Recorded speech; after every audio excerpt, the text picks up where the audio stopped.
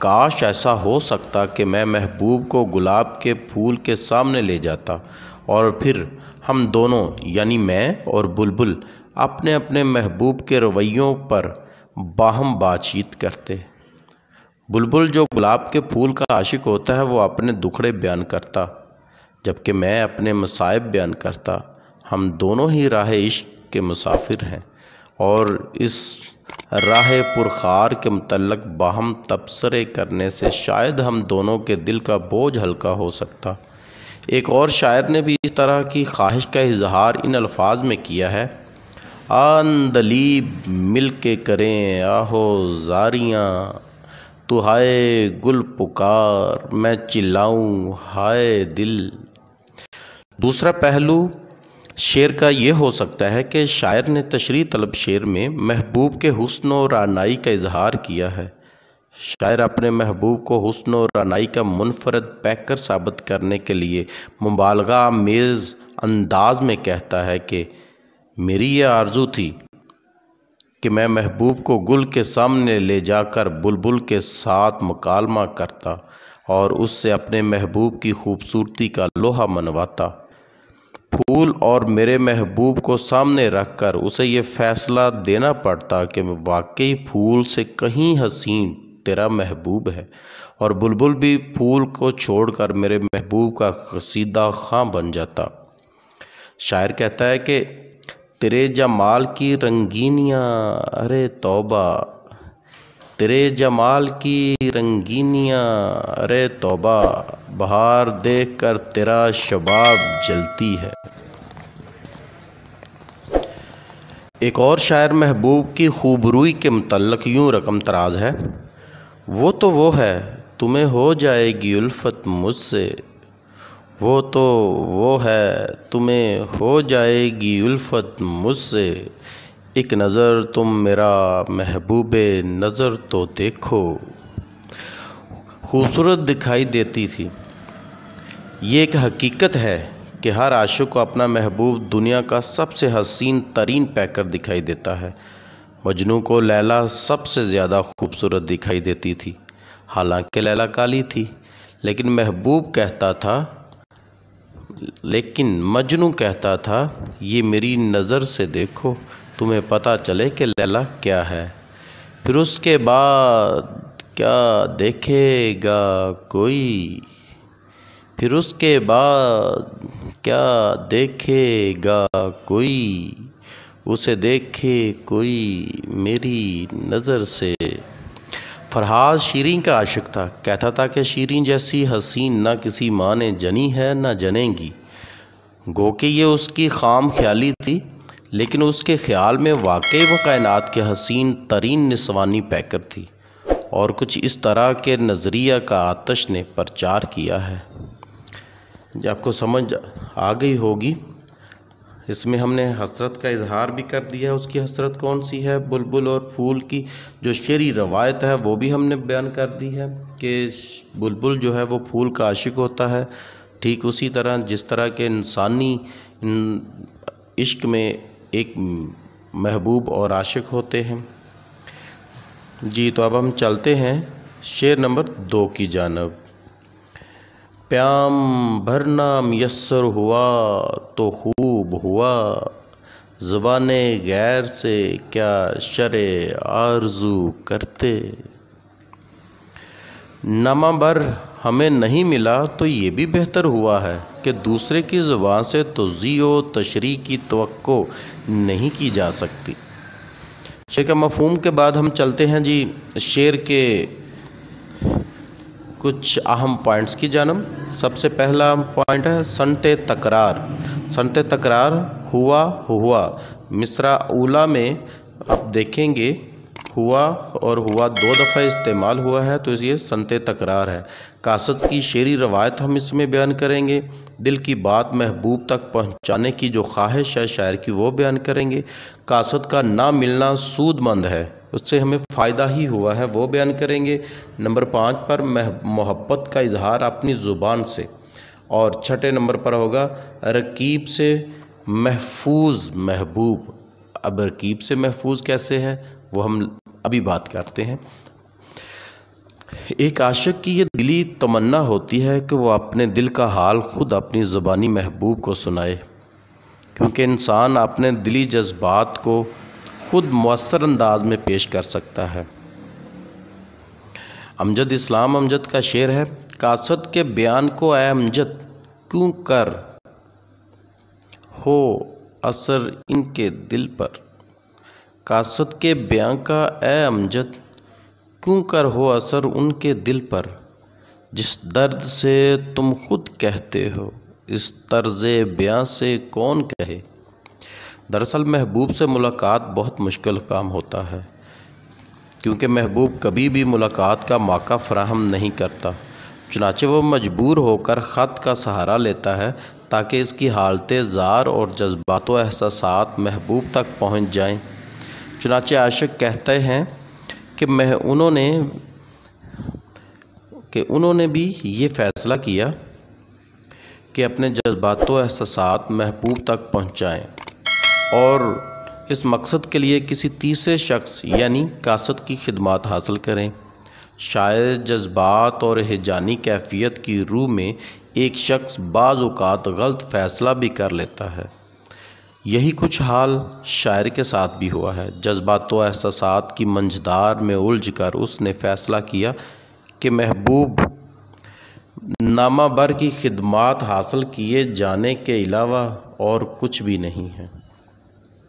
اس کی خدمت حاصل ہوگی تو ہی محبوب تک میرے دل کی کیفیت پہنچے گی، لیکن اس کا پیغام محبوب تک پہنچانے کے لیے کوئی شخص آمادہ نہ ہوا، گویا اسے کوئی قاصد نہ ملا۔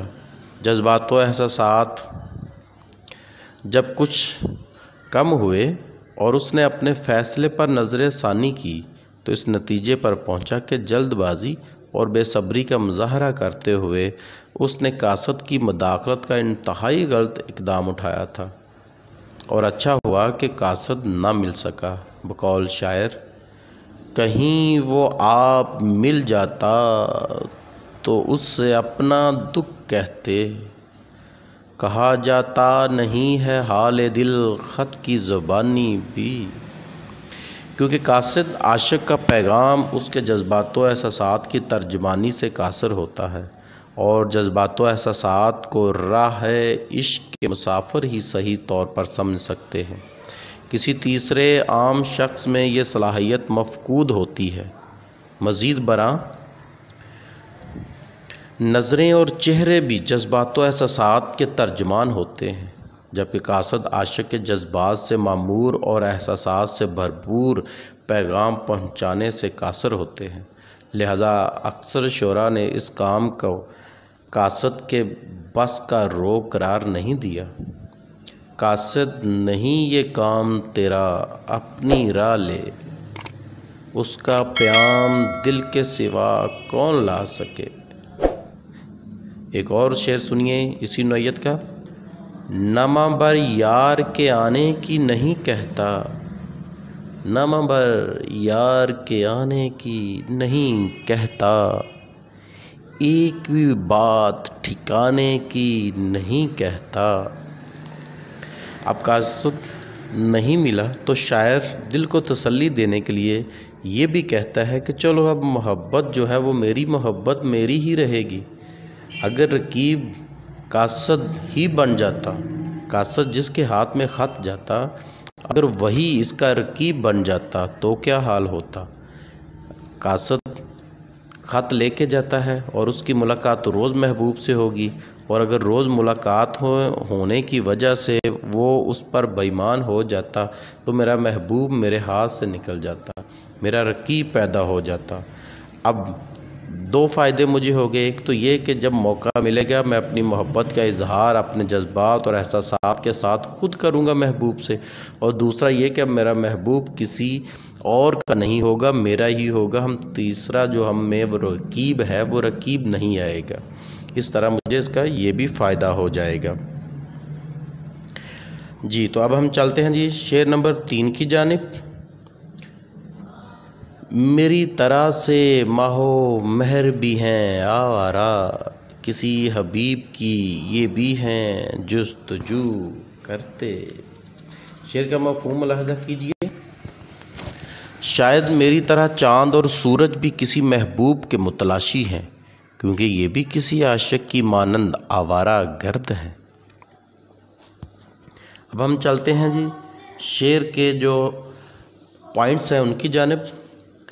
سب سے پہلے دیکھیں کہ صنعت حسن تعلیل ہے۔ شاعر نے کہا ہے کہ جس طرح میں آوارہ ہوں اس طرح چاند اور سورج بھی آوارہ ہے، جبکہ وہ آوارہ نہیں ہے۔ ہم جانتے ہیں کہ ان کی گردش کس طرح کی ہے، اس لیے اس میں صنعت حسن تعلیل ہے۔ اس کی مزید وضاحت ہم ابھی کریں گے۔ انسان کے داخلی رویے اس میں ہم ڈسکس کریں گے، اور داخلی اور خارجی حالات کا تعلق کیا ہوتا ہے، انسان کے اندر داخلی جو کیفیت ہوتی ہے اس کی زبان پہ کیا اظہار ہوتا ہے۔ میری طرح سے ماہ مہر بھی ہیں آوارہ، کسی حبیب کی یہ بھی ہیں جستجو کرتے۔ مفہوم دیکھیے، شاید میری طرح چاند اور سورج بھی کسی محبوب کے متلاشی ہیں، کیونکہ یہ بھی کسی عاشق کی مانند آوارہ گرد ہیں۔ اب ہم چلتے ہیں ان کے پوائنٹس کی جانب۔ سب سے پہلا پوائنٹ دیکھیں، صنعت حسن تعلیل ہے، وہ ہم اس کے میں ذکر کریں گے۔ اور اگر آپ کو صنعت حسن تعلیل اور دوسری ساری صنعتیں جن کا ہم ہر شعر میں جو بھی صنعت آ رہی ہے ذکر کر رہے ہیں، ان ساری صنعتوں کو ایک ہی دفعہ سمجھنا ہے تو ہماری ایک ویڈیو اس سے پہلے اپلوڈ ہو چکی ہے چینل میں۔ تھوڑا ہی نیچے جائیں گے تو آپ کو ساری صنعتوں کی ایک ہی ویڈیو مل جائے گی، چھوٹی سی ویڈیو ہے اور اس میں ساری صنعتیں ایک ساتھ لکھی ہوئی ہیں۔ باقی پوائنٹس آپ دیکھیے، 5 جو پوائنٹس ہیں ان کا ہم ابھی ذکر کریں گے۔ ان کے نام لیے بغیر کہ میں کس پوائنٹس کا ذکر کر رہا ہوں، یہ آپ کو پوائنٹس آپ کے آسانی کے لیے بنا گئے ہیں۔ باقی جو بھی میں بیان کرتا ہوں وہ انہی پوائنٹس کے اندر ہوتا ہے۔ تشریح دیکھیے جی، آوارہ گردی، کوچہ گردی، مارے مارے پھرنا اور در بدری، یہ عاشقوں کی صفات ہیں۔ انسان جب عشق کا جذبہ سما لیتا ہے تو پھر جذبات کی ندی اس میں رواں ہو جاتی ہے، اور پھر جب جذبات عروج پر پہنچتے ہیں تو عاشق اپنے گھر بار کو چھوڑ دیتا ہے اور گلی کوچوں میں مارا مارا پھرتا ہے۔ بے چینی اور بے قراری کی حالت میں وہ گلیوں کی خاک چھانٹتا رہتا ہے اور نگر نگر دیوانہ پھرتا رہتا ہے تاکہ اسے محبوب کا دیدار ہو جائے اور اسے قلبی و ذہنی سکون حاصل ہو جائے۔ صرف یہی نہیں بلکہ جب جذبہ محبت اور عشق و جنون کی سرحدوں کو پار کرتا ہے تو پھر وہ گلیوں اور کوچوں کو چھوڑ کر صحراؤں، جنگلوں اور بیابانوں میں نکل جاتا ہے اور محبوب کو پکارتا رہتا ہے، یہ جانتے ہوئے بھی کہ اس صحرا میں اسے محبوب نہیں مل سکتا۔ چنانچہ اس آوارہ گردی کے عالم میں وہ تمام گری پڑی اور مدار میں گھومتی ہوئی اشیاء کو اپنی طرح محبوب کی خاطر آوارہ گرد سمجھتا ہے اور کہنے لگتا ہے کہ چاند بھی میری طرح حسن شناسا نکلا، اس کی دیوار پہ حیران کھڑا ہے کب سے۔ شاعر نے بھی ایک آوارہ گرد عاشق کی طرح ماہ و مہر کو آوارہ قرار دیا ہے۔ شاعر نے آسمان کے 2 عظیم اجرام فلکی کو محبوب کا متلاشی قرار دیا ہے۔ چاند اور سورج کی گردش قاعدہ فطرت کے مطابق ہے، اور اس امر کا اللہ تعالیٰ نے قرآن مجید کی سورۃ یاسین میں اظہار بھی فرمایا ہے کہ چاند سورج سب مقرر شدہ مدار میں گردش کرتے ہیں، لیکن شاعر نے صنعت حسن تعلیل کا استعمال کرتے ہوئے بڑے خوبصورت انداز میں اظہار کیا ہے۔ شاعر کہتا ہے کہ چاند سورج محبوب کی تلاش میں سرگرداں ہیں، محبوب ان کی تلاش کا محور ہے، بالکل عاشقوں کی طرح۔ یہ بھی وفور جذبات سے سرشار ہو کر محبوب کے متلاشی ہیں۔ بقول شاعر، رہتے ہیں سدا چاند بھی سورج بھی سفر میں، شاید کسی حبیب کا گھر ڈھونڈ رہے ہیں۔ داخلی کیفیات، داخلی لحاظ سے حقیقت کو مد نظر رکھتے ہوئے ہم اس شعر کو نظریہ وحدت الوجود کے اعتبار سے بھی پرکھ سکتے ہیں۔ اس نظریے کے مطابق خدا کل ہے اور کائنات جزو ہے، اور جزو اپنے کل سے ملنے کے لیے بے چین رہتا ہے۔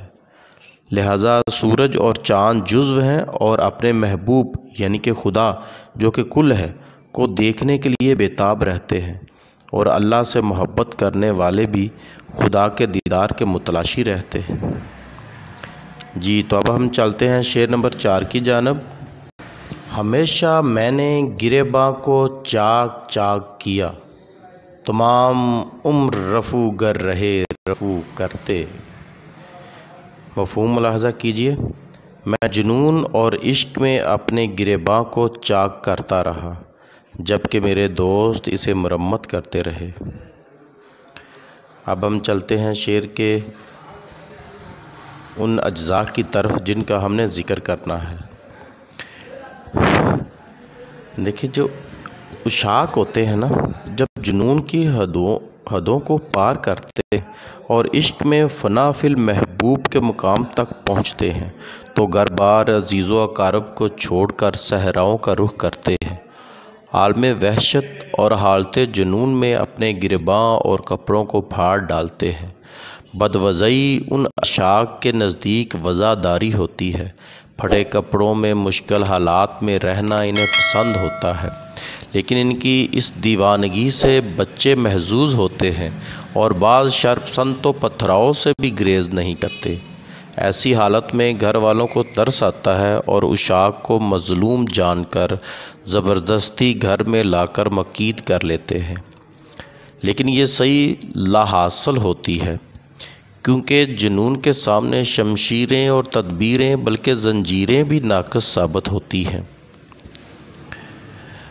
کسی شاعر نے کہا ہے نا کہ جنون میں اب کے کام آئی نہ کچھ تدبیریں بھی آخر، گئی کل ٹوٹ میرے پاؤں کی زنجیر بھی آخر۔